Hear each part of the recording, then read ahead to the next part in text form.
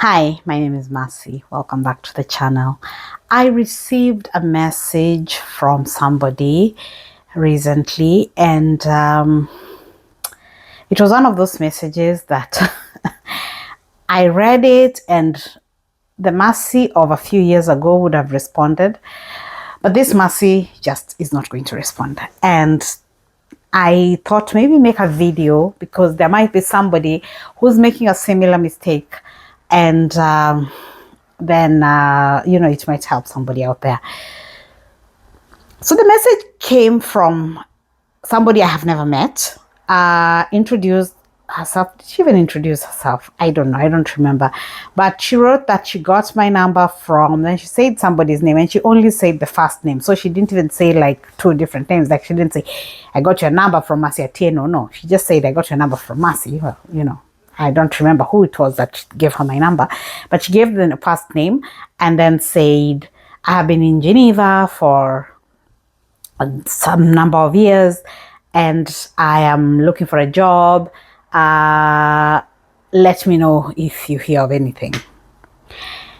So I read that, and I know already you're thinking, oh, what a mean woman if she's not going to respond to that. I'm not going to respond to it for a few reasons. The first reason is I did not respond to it immediately. So currently it is somewhere at the bottom of messages. There are hundreds of messages I receive every day.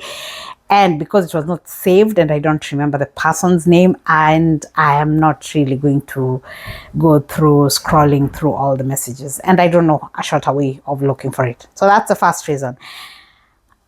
The second reason is simply because I have stopped being the person who gives free information for people.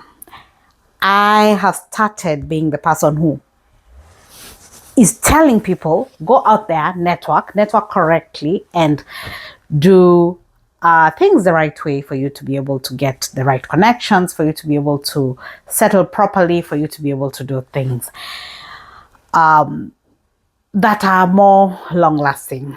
So I thought maybe I should make this video and say why reaching out and asking somebody for a job is never a good idea.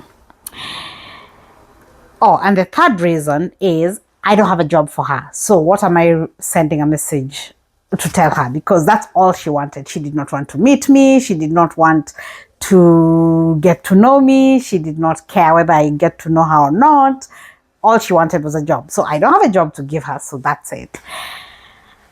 So let's talk about some of these problems that happen. The first thing is when you come to somebody you don't know, you've never met, and you send a WhatsApp message like that. The first thing is, well, all you want from me is a job. If I don't have a job right now at this moment, I have nothing to offer you. So I'm not going to respond, and then later, it's never going to happen. You're never going to get a response from me because I'll forget about you. Okay. And then the other thing is you don't ever start with need.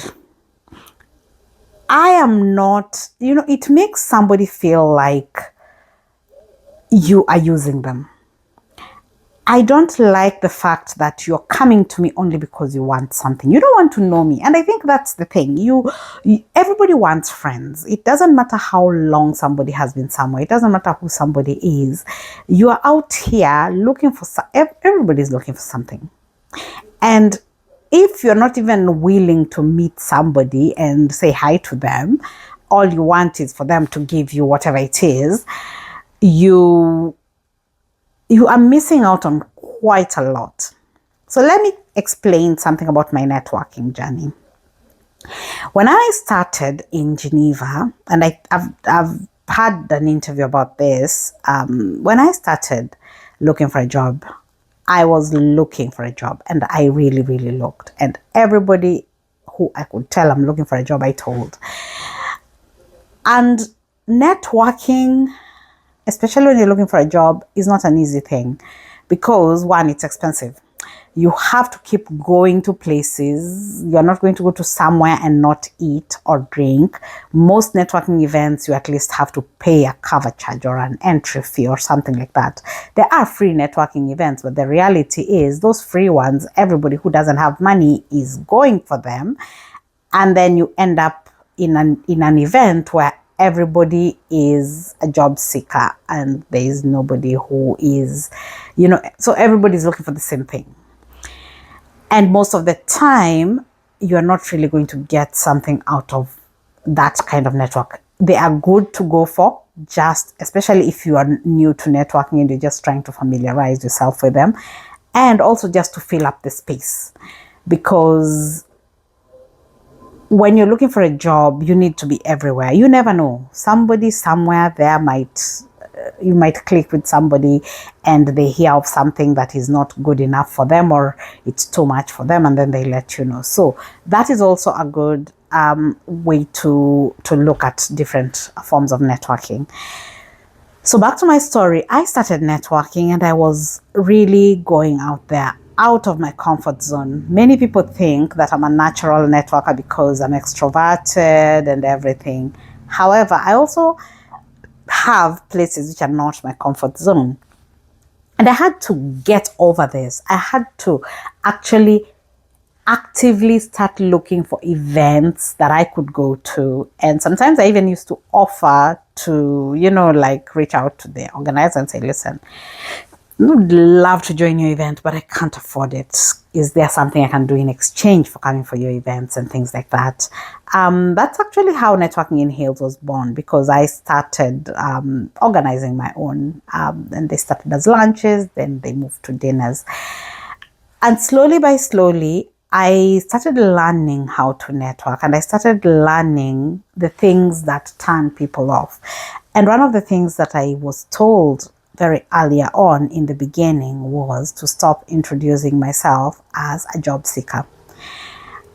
Yes, I'm looking for a job. Yes, I'm very desperate for a job. Yes, I need you to know that I want a job. But if that's the first word that comes out of my mouth, if you don't have a job to offer me, you don't hear anything else that I say. Now, you can start by talking about yourself, talking about your experience. You are a human being. You have a full life outside work. You're not just your job title or lack of it. But if that's the way you first bring out, it makes somebody gets tied to that, and that's all that they're thinking about. And then the second thing was just to be my authentic self. It does not help when you're trying to people please, because it's very exhausting. It's really, really very exhausting. And eventually, when you keep doing this, when you keep meeting people and networking and growing contacts, that's when you can reach out to people and be able to ask for work. Because if we take the example of this lady, even if I knew of a job, I don't know her. So I know lots of people who are looking for jobs. If somebody came and told me, oh, Mercy, we have a vacancy and we're looking for somebody, do you know somebody? She is not going to be the person that I'm going to contact. I am going to contact all the people that I already know, who I have worked with, who I can vouch for. I've never met this lady. I don't know her. I don't know what kind of a person she is. So I have not created a bond with her. I have not created a relationship with her. There were times when it was possible for me to connect somebody without ever meeting them. And that was because back in the day, I just had there were just a lot of vacancies all over the place. And I had a lot of recruiters in my network. And they used to send me vacancies because they knew that I had the Networking in Heels event, and I was and I knew a lot of people who are looking for jobs. So they used to tell me, okay, when you have your event, can you please share this? And then if somebody is interested, let us know. But right now, 2026 March, there are lots of people who lost their jobs in 2024 because the UN had a lot of restructuring and a lot of NGOs also lost funding. So there was quite a lot of job searching. And so there are lots of people who are out here looking for jobs. And your approach has to actually be a very good approach. And it's not because you're looking for a job that you should network and then you stop networking when you found the job and then you restart when you hear that, oh, the jobs are coming to a problem. People tend to tell me things like, I don't have time. Now, I have a full-time job. I have school. I have kids. I have a full life. But professionally, I make time to network. This weekend, for example, I spent time in Lyon. And it was because it was the Administrative Management Association, International Management Association training day. The event is a 3-day event. One, I could not afford the 3 days because it was quite expensive if I took the whole thing. So I chose one part of it that was affordable to me, which ended up being the Friday. The Saturday was going to be a bit more expensive, and the Sunday I didn't feel like there was value to it. So I chose the Friday, but that's because the Friday had the committee meeting, so I could sit into the committee meeting. I'm new to the association, so that I can learn a lot about what they're doing. And then the evening there was going to be a dinner. So basically I was going for the dinner, but I chose to take the whole day so that I'm able to meet a bit more people. The reason for this is because I am going to be meeting assistants from all over the place. During this event, I'm going to make connections, which are more than LinkedIn connections. We're going to meet on LinkedIn, but I will have met them face to face. There's value still in meeting people face to face. I am working on another project about assistance, so I am going to be able to do that, to talk to a few people that I have already pinpointed about who I'm going to discuss my project with. I am going to potentially learn a bit more about other people and, get some videos for my social media and things like that. And of course, for my books, I will also get content for my books. And this is something that I have to invest in because, as I've just said, I could not afford the full thing because financially, I'm not able to do that right now. If I would have gone, because I have to pay for the hotel, I have to pay for the train, I have to pay for all that. But then now, after I have made these connections, somebody somewhere is expecting, and I don't do that once a year, I do that a few times a year. There are quite a lot of events that I go to, not just the ones that I host, but there are quite a lot of events that I go to. And now you expect, I have gone out there, I have spent my money, I have created the connection, and then you want me to hand you this connection and just help you out while you are not seated. It's quite hard to believe that somebody expects that from me. And I don't think it is coming from a bad place. I don't think this person wanted it to come from a bad place, but it's just, and I would have, that's why I'm saying the old me would have actually still reached out to her. But I have so much that I'm doing right now that unless she sends another message, first, I'm not going to go through my messages. I barely have enough time in a day to go through messages and respond to my contacts. So me going through messages to respond to somebody, to start teaching her how to send messages, is just not something that makes sense at this time in my life.